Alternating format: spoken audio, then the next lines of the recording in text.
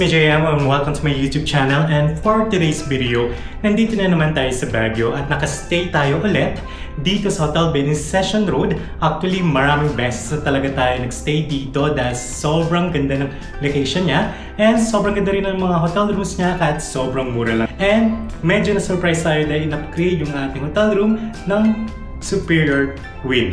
Kaya wag na natin matagal pa, tara, samahan niyo ako.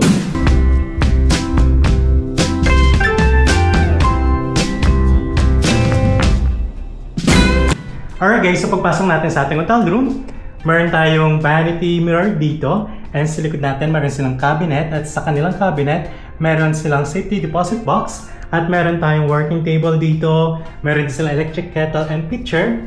Dahil every floor meron silang water dispenser, kaya if ever di kayo nakabili ng water sa 7-Eleven, pwede na lang kayo kumuha sa kanilang water dispenser. Ngayon naman guys, so pupasok naman natin sa ating hotel room. Ito na yung ating 1 queen size bed. Actually, yung pinubukan natin ay super solo, pero in-upgrade yung ating hotel room. Ngayon naman guys, ang papakita ko sa inyo ay yung kanilang toilet and bath. Very spacious din at higit sa lahat, sobrang linis kahit sobrang mura lang nitong mga hotel rooms nila dito sa Hotel Venice Session Road.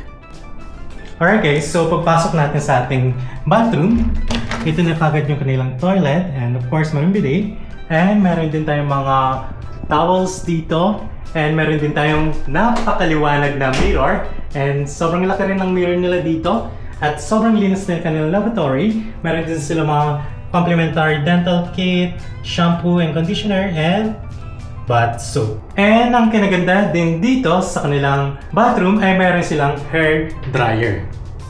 Ngayon naman guys, papasok tayo sa kanilang shower room. Of course, meron silang heater dito. Meron tayong maliit na rainfall shower. And ito naman yung kanilang shampoo and conditioner and bath soap.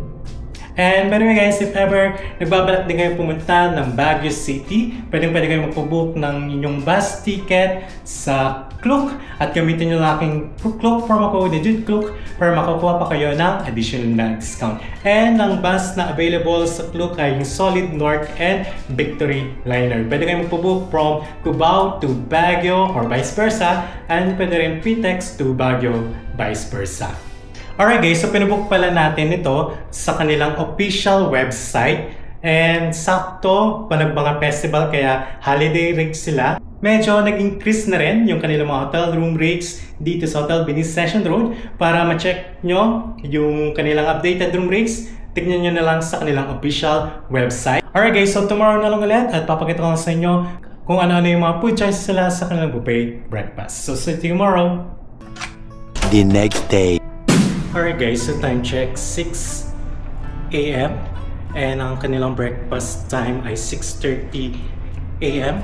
Pero papakita ko muna sa inyo kung gaano kadami na ngayon dito sa Session Road dahil mamaya ay yung kanilang Grand Float Parade dahil panag festival ngayon. So, nandito na tayo ngayon sa veranda ng Hotel Venice Session Road.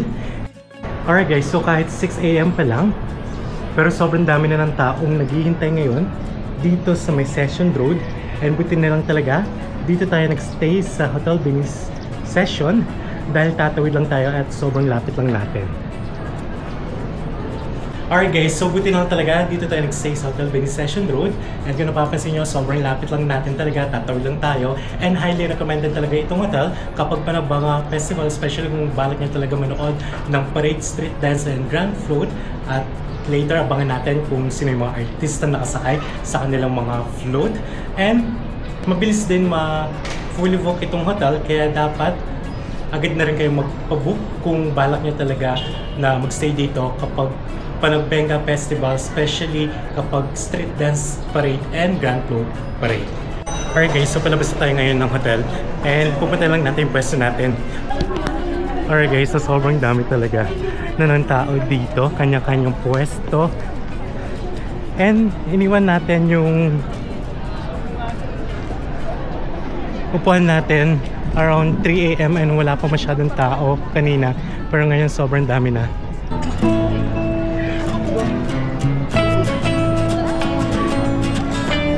Alright guys, sana may madaanan pa tayo. Ayan, gotcha. Yun na yung ating pwesto.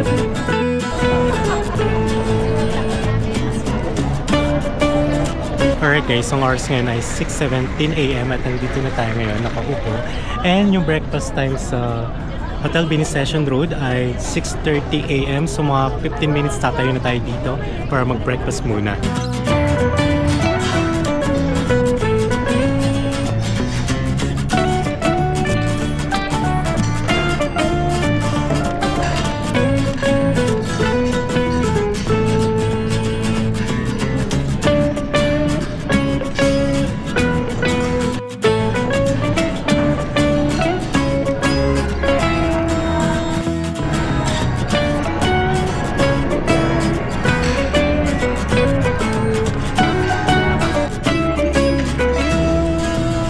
Alright guys, so kumuha na tayo ng pagkain natin ngayon. Medyo bibilisan lang natin dahil oras ngayon is 6:35 AM and mamayang 7 AM isasara na nila yung pedestrian crossing. So kailangan na natin ubusin natin ito.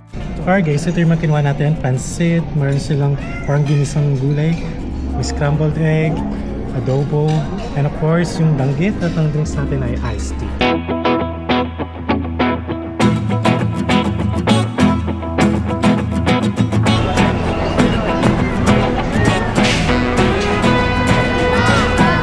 Alright guys, so every floor dito sa Hotel Bini Session Room, merong mga veranda at ito yung view.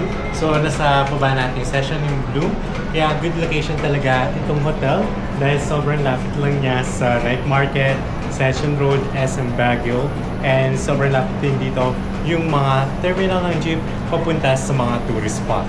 I think ito na talaga tatapusin aking hotel review dito sa Hotel Bini Session Road. And if ever kung nagpapabook kayo or magpapabook kayo ng mga hotel sa Klook or best ticket punta dito sa Baguio, pwede nyo gamitin ang aking promo code ni Jude Klook para makakuha pa kayo ng additional na discount. And if ever naghanap din kayo hotel sa Boracay, sa Cebu, sa Bohol, sa Metro Manila, sa Hong Kong, at sa iba pang lugar, check lang yung mga ginawa kong mga hotel room tours sa aking YouTube playlist. Okay? So thanks for watching. Bye!